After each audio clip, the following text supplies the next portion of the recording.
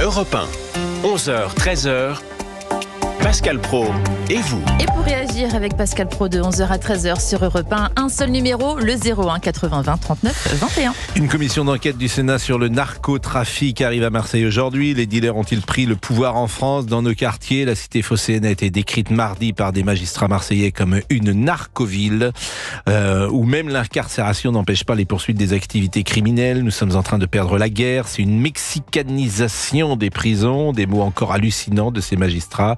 Comment lutter contre le trafic? On va pouvoir en parler ensemble. Mais avant cela, je vous propose d'écouter Olivier Leurent. Il est le président du tribunal judiciaire de Marseille. Écoutez, c'est sidérant. Et là, il y a une vraie mexicanisation, une vraie inquiétude. Nous avons eu un assassinat et une tentative d'assassinat il y a une dizaine de jours. Il faudrait qu'on ait des prisons de haute sécurité comme ça existe dans d'autres pays, parce que sinon, à l'État, on est un petit peu dépassé. Et ça, c'était Nicolas Besson que vous venez d'entendre, qui est procureur de la République, qui parlait donc de mexicanisation. Olivier Leurent, le voici, président du tribunal judiciaire de Marseille. Le narcobanditisme agit à Marseille comme une sorte de gangrène. Il est indispensable de mettre un plan Marshall en œuvre pour la lutte contre le narcotrafic.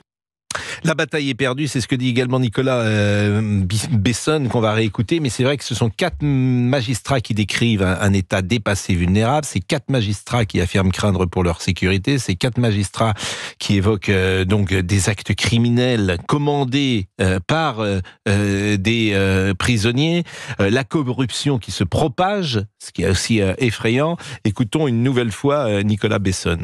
Il faut être clair, la bataille est perdue sans stigmatiser la profession avec l'administration pénitentiaire. On sait que drogue, téléphone mobile rentrent tout à fait facilement. On commence, parce que les moyens de ces réseaux criminels sont infinis, à avoir de plus en plus, et Madame Faure l'a indiqué, de problématiques de corruption de fonctionnaires de police. Et nous entamons une réflexion avec le procureur général sur des cabinets qui seraient sujets à beaucoup d'annulations de procédures. Ça peut être dû à l'incompétence, mais ça peut également être dû à la corruption. Donc on va essayer d'avoir des actions proactives et nous avons actuellement 2 enquêtes en cours à Marseille sur des fonctionnaires de greffe qui sont effectivement suspectés de renseigner des membres du crime organisé. Je ne sais pas si chacun prend la mesure de ce que dit M. Besson. Et je rappelle qu'il est procureur de la République. Ce n'est pas une enquête de journaliste, c'est un magistrat au plus haut niveau qui dit « la bataille est perdue ». La bataille est perdue. Je ne sais pas si les hommes politiques, je ne sais pas ce que dira M. Dupond-Moretti, je ne sais pas ce que dira le Premier ministre et a fortiori Emmanuel Macron. Nicolas Besson, toujours, procureur de la République, qui parle de la féminisation des trafics. Un phénomène très inquiétant qui démontre là aussi une dérive mafieuse, une féminisation. Jusqu'à présent, les femmes étaient, on va dire, cantonnées à des rôles de nourrices, de drogue ou d'argent ou d'armes. Désormais, on constate que, alors on n'a pas encore eu de femmes dont on a la preuve qu'elles sont montées directement, mais qui ont commandité, qui ont recruté des équipes, qui ont donné le go. Et là, ça me fait penser un petit peu à la dérive qu'avait connue la Camorra napolitaine dans les années 2005. De toutes les informations, témoignages que j'ai entendus ces derniers mois, c'est peut-être cette audition de la commission sénatoriale ce mardi, c'est peut-être la chose qui m'aura le plus marqué. Parce que je le répète, ce sont des magistrats de France. Rudy Mana est avec nous. Rudy Mana, bonjour. Vous êtes porte-parole nationale Alliance Police. Donc peut-être vous, n'avez-vous rien appris d'une certaine manière, et nous non plus d'ailleurs d'une certaine manière, parce qu'on sait qu'il y a des soucis et bien au-delà de cela. Mais il n'empêche que ça fait froid dans le dos, je le répète, lorsqu'un magistrat procureur de la République explique que la bataille est perdue avec la corruption peut-être de policiers, mais aussi du personnel pénitentiaire. Et j'attends d'ailleurs la réaction des syndicats qui ne manqueront pas, j'imagine, Rudy Mana. Oui, bien sûr. Bonjour à vous déjà. Alors, vous savez, vous avez raison de le dire. Moi, je trouve que cette commission d'enquête, c'est une bombe. C'est une vraie bombe qu'on a entendue hier parce qu'on a des magistrats qui osent dire, alors je vous le dis de manière plutôt rigolote, mais ça fait 3 ans qu'Alliance on dénonce tout ça. Mexicanisation, c'est des termes que j'ai employés il y a 3 ans pour Marseille. On nous prenait pour des quasiment extrémistes. Quand on me disait narcoville, que Marseille c'est l'épicentre de ces trafics de stupes, on le dit depuis 3 ans parce que, vous savez, Pascal Praud, nous, on y est sur le terrain, on est dans ces cités et on a vu ce phénomène se mettre en place, s'agrandir, cette pieuvre, parce que c'est une véritable pieuvre. Et maintenant, cette pieuvre, on en parle suffisamment sur vos antennes de CNews ou d'Europe 1, cette pieuvre, elle arrive à Nîmes, à Avignon, à Hyères, à Cavaillon, à Valence. C'est une véritable pieuvre. Et la pieuvre marseillaise, la marseillisation de ces réseaux de trafic de stupes est en train de se mettre en place. Alors oui, nous, on essaie de lutter du mieux que l'on peut.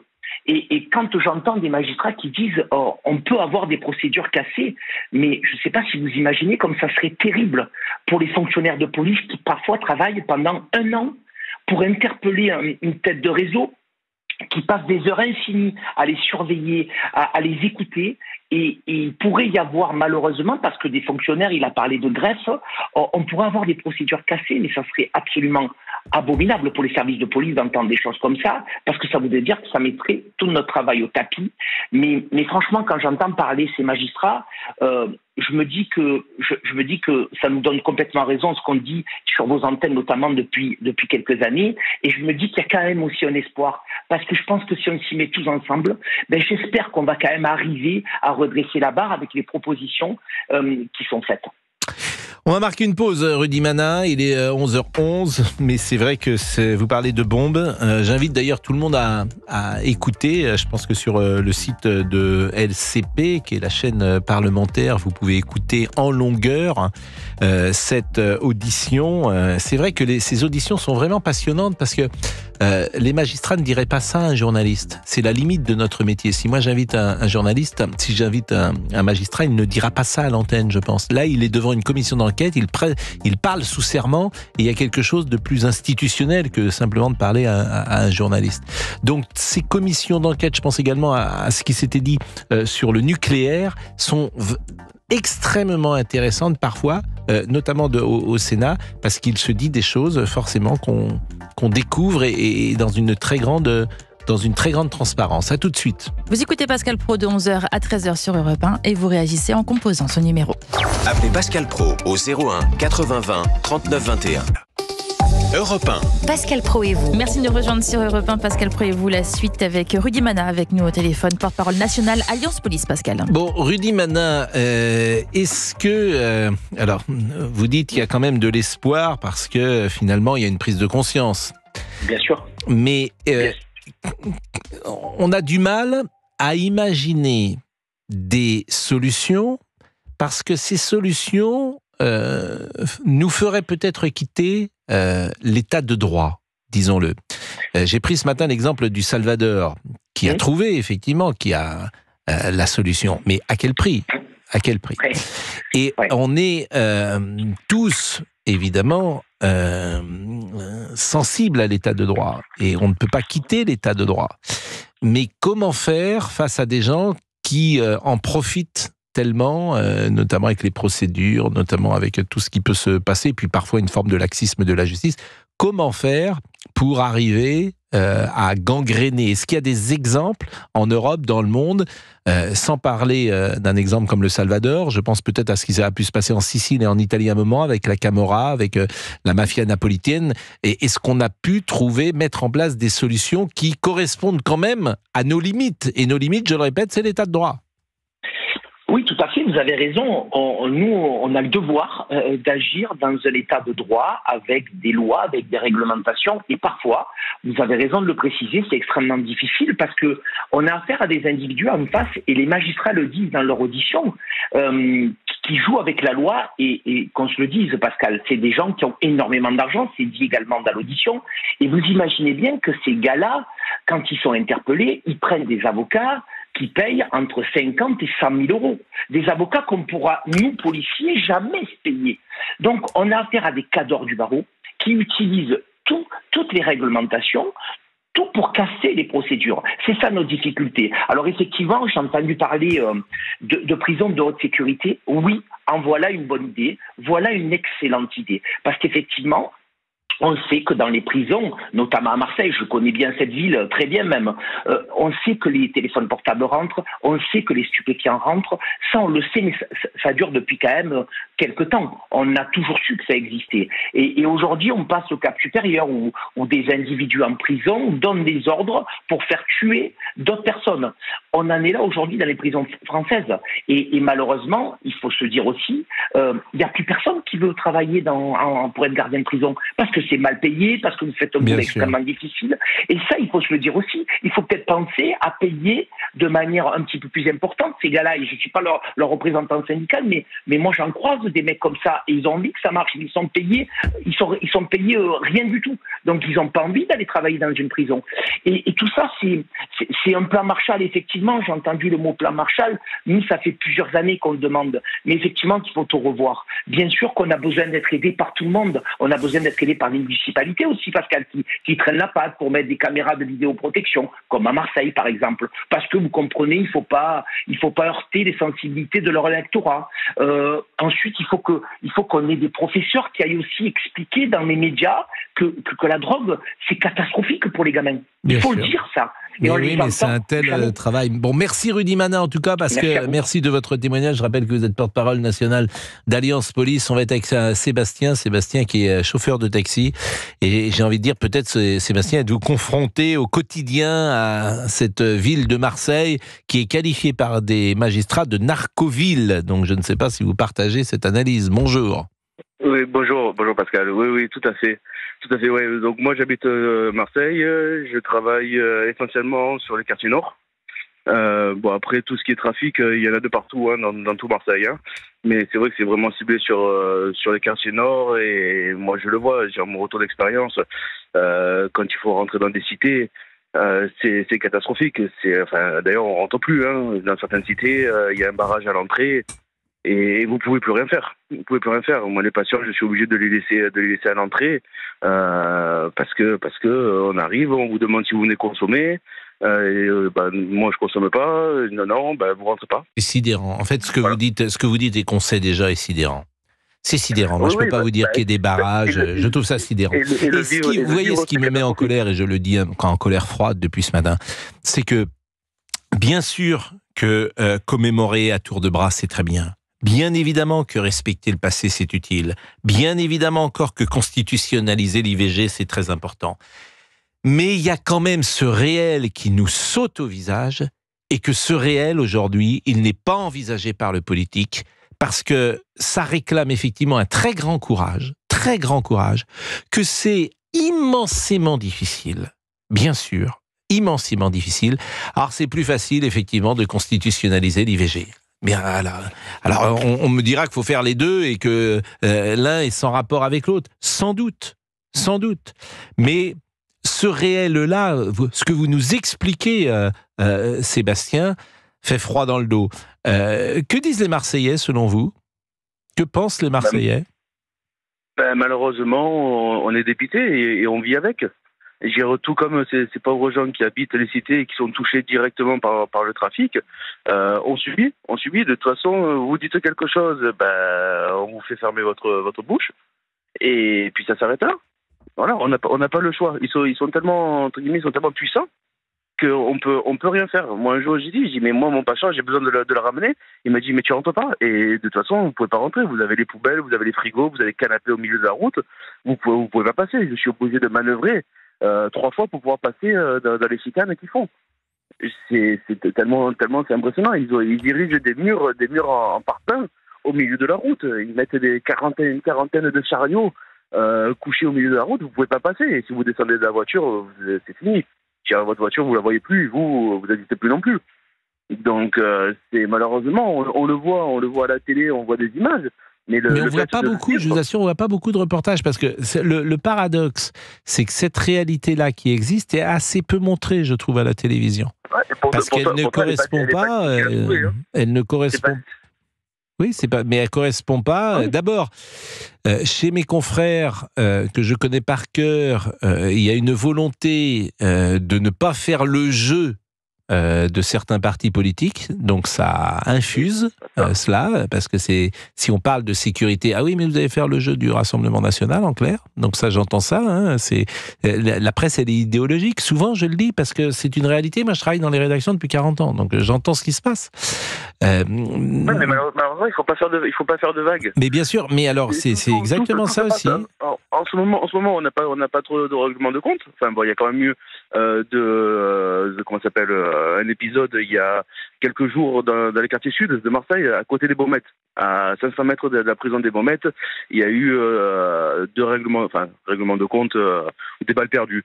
Voilà, on n'en parle pas parce qu'il faut surtout pas faire. C'est le pas de vague, c'est faut pas jouer, faut pas mettre de l'huile sur le feu, mais cette expression, moi je la récuse journalistiquement parce que elle signifie explicitement qu'il y a un feu, mais qu'il faut le taire. Ben non, en fait. Faut en parler, c'est ça le métier de journaliste et c'est ça le métier de témoignage. Et d'une certaine manière, ce qui est intéressant dans l'épisode que nous vivons, c'est que ce sont des magistrats, je le répète, qui le disent. Parce que si c'est des politiques qui le disent, on va leur dire vous instrumentalisez. Si c'est des journalistes qui le disent, le même reproche sera fait. Et là, ce sont des magistrats qui ont pris la parole. Merci beaucoup, Sébastien. Merci, vous travaillez aujourd'hui ? Je travaille. Il y a combien de taxis à Marseille ? On est 1100, je crois, ou un peu plus de 1100. Il y en a 15 000, je crois, à Paris. Et oui. Merci de jeter de l'huile sur le feu. Non, non mais et on vit bien de chauffeur de taxi à Marseille ? Voilà. C'est vite dit. La plaque vaut combien à Marseille ? Si je veux être chauffeur de taxi, par exemple, je vais payer combien ? Parce qu'à Paris, c'est à peu près 200 000 € une plaque. Ouais, là, en ce moment, ça se négocie entre 240 et 250 000 €. Ah oui, donc c'est un investissement important. Vous êtes artisan ou vous êtes dans une compagnie ? Moi, je suis salarié. Vous êtes salarié. Donc, et un jour, peut-être, vous avez envie d'être artisan, mais il faut un peu d'économie pour investir, j'imagine. Alors, moi, il y avait le projet à l'époque où c'était plus accessible. Aujourd'hui, malheureusement, c'est très dur. Puis bon, en plus sur le marché, il y en a très très peu en vente. Donc c'est et très, vous n'avez pas des problèmes, il n'y a pas de problème de sécurité, vous n'avez pas rencontré de problème de sécurité dans votre taxi ? Sécurité, non, on va dire non, des petits conflits, des petits problèmes, mais après on se protège comme on peut. Bon, vous faites la journée. Vous faites la journée ou la nuit ? La journée et de temps en temps le soir, surtout l'été, le soir. Bon, la plus belle course, c'est quand même Marignane centre-ville, parce que je pense que c'est l'aéroport le plus loin du centre-ville, quasiment en France, Marignane. C'est pas à côté, mais. C'est combien par exemple ? C'est combien la course Marignane centre-ville ? Il faut compter entre 70 €. Oui, c'est pas donné. Ah bah oui. Ouais. 70 €. Ah bah 70 €, mais moi j'allais. J'ai passé ma vie, monsieur, à Marseille, moi. Oh là là, c'est un coup, hein. Bah, oui, c'était TF1 qui payait. C'était Vous n'avez jamais payé, vous ? Bah, c'était TF1 qui payait. Tranquille, hein. Mais quand on est en reportage, c'est pas toi qui paye quand même. Ton hôtel, tu ne payes pas. Oui, l'hôtel non plus. Bah non. Quand t'es en reportage. Qu'est-ce que vous avez payé, en fait ? Vous n'avez rien payé ? J'ai payé de ma personne, monsieur. Non. Pas dis donc, super. Non, bon mais métier. Moi, j'allais à Marseille. Et en plus, c'est vrai qu'on avait la belle vie. On avait la belle vie parce qu'on était. À Marseille, vous ne payerez pas. Oui, on avait la belle vie parce que TF1 à l'époque avait beaucoup d'argent et on était dans un hôtel, je ne sais pas si je peux le citer d'ailleurs, mais bon, qui était le Concorde Palm Beach sur la plage. Ça sonne bien déjà. Où était Raymond Goethals et on rentrait avec lui après les matchs. Et c'était une vie assez agréable. Vous avez une sacrée vie quand même, vous. Hein oui, c'est vrai qu'il a l'air pas mal, c'est de la cet chance. hôtel. On avait de la chance, bien sûr. Les joueurs qui arrivaient à Marseille, ils dormaient au Concorde Palm Beach. C'est beau cet hôtel. Bah oui, mais évidemment, vous voulez pas nous emmener un petit peu toute l'équipe ? Raymond Goethals, alors il a été refait depuis parce qu'il était dans l'ancien Concorde Palm Beach, monsieur Goethals. D'accord, oui. Bon, je fais de la pub, alors il faut que je fasse de la pub aussi pour le Sofitel Vieux-Port. Et puis, le Ibis. Et puis le Ibis, il faut citer 3 noms dans ces cas-là. Bon, ça va tout à l'heure. Piscine. Vous allez repartir. Et je vous donnerai une petite adresse sur la Corniche à Marseille où vous pouvez manger les meilleurs supions du monde chez Michel. Les supions ? savez pas ce que c'est que des super? Non, vous me direz après la pub. Chez Michel. Formidable chez Bon, Michel. je vais aller chez Michel. Exactement, à tout de suite. Vous écoutez Pascal Pro et vous sur Europe 1 et vous réagissez au 01 80 20 39 21 et sur la page Facebook Pascal Pro et vous. Pour réagir et donner votre avis sur Europe 1, Rendez-vous sur la page Facebook de Pascal Pro et vous. Europe 1, Pascal Pro. De 11h à 13h sur Europe 1 et vos témoignages au 01 80 20 39 21 Pascal. Karima Méziem est avec nous. Bonjour madame. Bonjour. Vous êtes avocate et sœur d'une victime d'un règlement de compte en avril 2016. Parfaitement. Est-ce que vous diriez que depuis quasiment 10 ans, la situation s'est aggravée ? Ah, complètement, mais de toute manière, nous, notre collectif s'est créé il y a à peu près 3 ans, parce que je suis également membre du collectif des familles de victimes d'assassinats sur Marseille et porte-parole. Et notre collectif dénonçant depuis plus de 3 ans déjà la dégradation de la situation. Nous avions vu la situation s'aggraver durement. Il y avait eu une tribune des magistrats qui indiquait qu'il manquait de moyens et d'effectifs. Nous avions fait de notre côté une tribune pour dire que nous, nos familles du collectif, elles étaient des victimes sacrifiées parce qu'effectivement, on voyait que les enquêtes de police s'enlisaient et que les dossiers n'aboutissaient pas faute de moyens parce que les magistrats ne parvenaient pas à trouver le temps nécessaire pour se consacrer à leurs dossiers, ni les magistrats ni les policiers enquêteurs de la PJ. Donc nous sollicitions de manière depuis plus de 3 ans, puisque nous avions une tribune en ligne, nous sollicitions des moyens pour cette police et cette justice, parce qu'on considérait que sans réponse pénale, il y allait avoir une aggravation. Et aujourd'hui, la situation, elle est telle que, effectivement, parce qu'il y a eu des narcotrafiquants qui n'ont pas eu de réponse pénale et pas eu de sanctions, il y a eu un sentiment de surpuissance de leur part et que la situation devient hors de contrôle aujourd'hui. Ça fait Pardonnez-moi, ça fait 2 fois que j'entends le mot 3 ans. Rudy Mana disait 3 ans et vous redites 3 ans. Qu'est-ce qui s'est passé de si précis? Pourquoi en 3 ans? Qu'est-ce qui s'est passé à cette date-là, selon vous? Il n'y a pas d'explication, si ce n'est qu'effectivement, depuis 10 ans, en fait, il y a une aggravation qui s'accumule d'année en année. Mais depuis plus de 3 ans aujourd'hui, on voit qu'il y a des fusillades qui frappent à l'aveugle, de plus en plus de victimes collatérales, que ce sont les petites mains des réseaux qui sont touchées de manière régulière, alors que et puis on voit c'est la situation sur le terrain avec les acteurs sociaux qui nous en parlent, des familles qui reviennent nous voir, où on voit que les jeunes mineurs sont embrigadés dans ces réseaux par force, par violence, ils sont parfois menacés, torturés, on menace le reste de la famille s'ils viennent pas chauffer ou vendre de manière commune, et on a des récits de plus en plus violents de familles. Pardonnez-moi, ce que vous me dites est incroyable. C'est la réalité du terrain, en tout cas, c'est ce qui ressort, nous, des familles au sein de notre collectif ou des familles qui viennent nous voir. On entend des récits qui, effectivement, inquiètent, et donc on se dit que face à cette violence, il faut stopper tout ça. Et c'est un peu le rôle de notre collectif que de tirer la sonnette d'alarme et de dire, voilà, ça suffit aujourd'hui, il faut agir, donner des moyens. Alors, je constate que le gouvernement a mis des moyens, il y a eu un renfort en magistrats et en police judiciaire. Mais aujourd'hui, la situation est telle qu'effectivement, ces renforts nous paraissent pas suffisants parce que Marseille, l'année dernière, c'est 49 homicides, 123 blessés, plus de 70 fusillades. Donc déjà qu'on avait des magistrats qui étaient surchargés de boulot et des policiers de la police judiciaire qui étaient débordés. La situation, c'est comme si on jetait du sel dans la mer. C'est pas suffisant en termes de moyens. Va falloir redoubler d'efforts à nouveau. Et s'ils veulent gagner cette guerre contre le narcobanditisme. Vous êtes à Marseille, madame ? Oui. Bon, écoutez, ce serait bien que vous veniez à Paris dans un de nos studios pour qu'on prolonge évidemment cette discussion, parce que ce que vous me racontez et ce que vous rapportez est tellement, oui, c'est effrayant, disons-le, des gosses torturés, des pressions mises auprès des familles. Est-ce que vous pouvez intervenir sur la corruption ? Est-ce que vous avez des éléments à nous donner, puisque les magistrats ont également évoqué cette corruption qui existerait notamment dans les prisons ? Alors, de la corruption, on ne sait pas.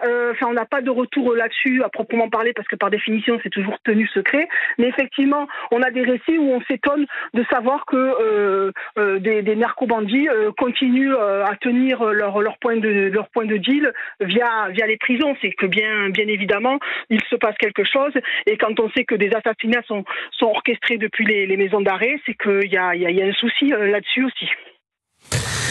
Merci de ce témoignage. Merci beaucoup, Karima Mézième. Et je rappelle que vous êtes avocate et vous êtes sœur d'une victime d'un règlement de compte. Vous pouvez peut-être, même si j'imagine c'est délicat et surtout rude pour vous d'évoquer ce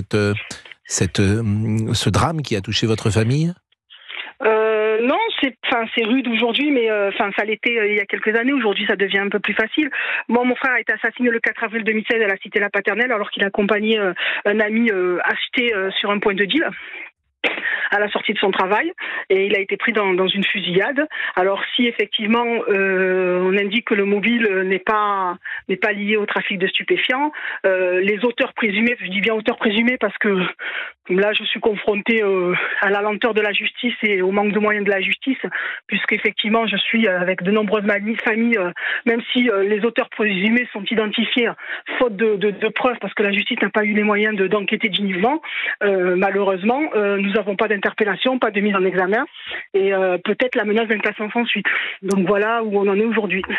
Écoutez, merci. Merci beaucoup, Karima Mézième. Il est 11h40. Merci, Olivier Guénec. C'est un sujet évidemment dramatique. Souvent, on aime avoir de la légèreté dans nos débats. Ce n'est pas possible sur tous les sujets, bien évidemment. Évidemment. On a beaucoup de messages sur notre page Facebook et parmi eux, on a Yves. Quand on écoute Sébastien, chauffeur de taxi à Marseille, on se dit que la ville est perdue.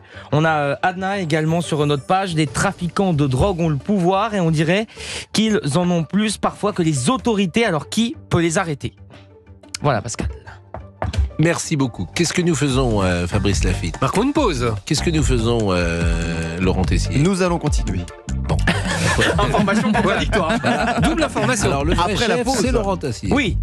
Vous êtes le deuxième chef. Vous êtes une sorte de Pithiviers. Qu'est-ce que je suis, moi? Non, pas vous. Je parle à Fabrice Lafitte. Ça veut dire que moi, Pourquoi c'est un chef dans la hiérarchie, je suis où? Alors, je vais vous dire clairement les choses. Allez-y. Laurent Tessier, c'est Pierre Mondy. Et non, mais vous- attendez, parlez dans ma langue 2 secondes, s'il vous plaît. Vous êtes Pithiviers. Mais ça veut dire quoi? Et, Jean Lefebvre. Vous êtes Jean Lefebvre et notre ami Lafitte, c'est Aldo Machian. Bon, j'imagine que Jean Ok. Lefebvre, c'est tout en bas de la hiérarchie, c'est ça? Oui. D'un autre côté, quand on est en bas, on ne peut que monter. Ça fait un moment que je suis en bas quand même. Mais quel âge vous avez? Là, actuellement? Oui. 25 ans. Attendez, 25 ans, vous vous rendez compte, vous avez la chance de parler sur Europe 1. Ah oui, non, mais ça c'est une Oui, chance. c'est vrai. Franchement, oui, j'aime ma vie. Ah oui, franchement. Et Ouais, on a revu, parce qu'il avait pris quelques semaines même de vacances. Mais pas Monsieur du tout, Lier. ça On l'a revu hier pour la première Mais fois. non. Il était pas revenu depuis Noël quand Oui, même. mais il est dans l'import-export de chaussures, il peut pas être partout. Hein. Non, N'allez pas commencer. Non, pardon. Non, mais il avait pris quelques jours de vacances, ce qui est bien normal. il depuis était en vacances. le On était en 28 vacances. décembre, et Ah bon je l'ai revu hier. Ah bon, et alors, il va bien? En pleine forme. Ah bon, super. En pleine forme, il revenait de Tahiti. Il est 11h41. À tout de suite. Vous écoutez Pascal Pro, belle journée sur Europe 1. Appelez Pascal Pro au 01 80 20 39 21. Europe 1. Pascal Pro et vous. Pascal Pro et vous, de 11h à 13h sur Europe 1. On termine avec Frédéric Ploquin. Bonjour, monsieur Ploquin. Bonjour. Et merci d'être avec nous. On vous connaît. Vous intervenez régulièrement sur les antennes de CNews ou d'Europe 1. Votre sentiment sur ce sujet et sur cette bataille qui serait perdue? Moi, c'est le mot que je retiens de Nicolas Besson, procureur de la République. La bataille est perdue. Venant du plus haut magistrat en poste à Marseille, c'est un propos inattendu, parce que normalement le magistrat, le procureur de Marseille est censé coordonner la lutte contre le trafic de stupéfiants et pas forcément annoncer de bourbi et torbi comme ça qu'il a perdu et que c'est terminé. C'est un propos finalement très, très politique. Mais je pense que son idée, c'est de sensibiliser les élus de la République sur la véritable situation.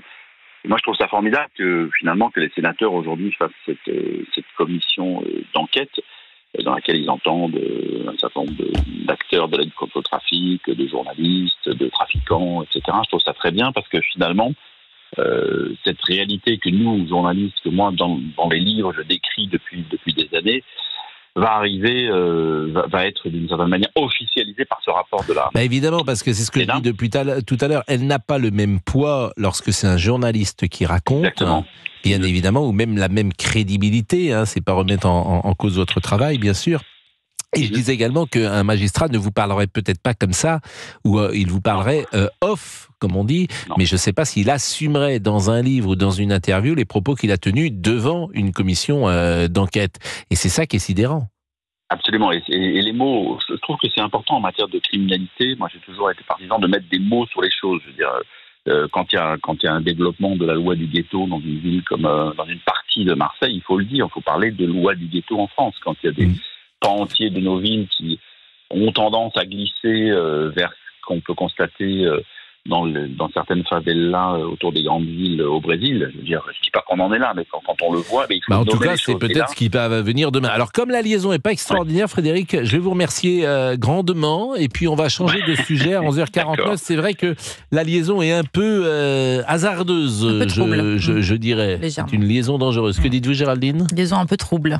Elle est trouble, effectivement. Donc, merci Frédéric Ploquin. Et je renvoie peut-être à vos livres. Le dernier, c'est lequel ? C'est Les réseaux secrets de la police ? Exactement, merci beaucoup. Eh bien, écoutez, c'est à quel... non seulement on le cite, mais on va citer l'éditeur, peut-être, les réseaux... Nouveau Monde Édition. Bon, les réseaux secrets de la police. Voilà, les réseaux secrets de la police. Désolé pour la liaison téléphonique. Écoutez, merci en tout cas, Frédéric. Je suis à Paris. Quoi, les voies du Seigneur sont impénétrables. Il est 11h49. 11h, 13h.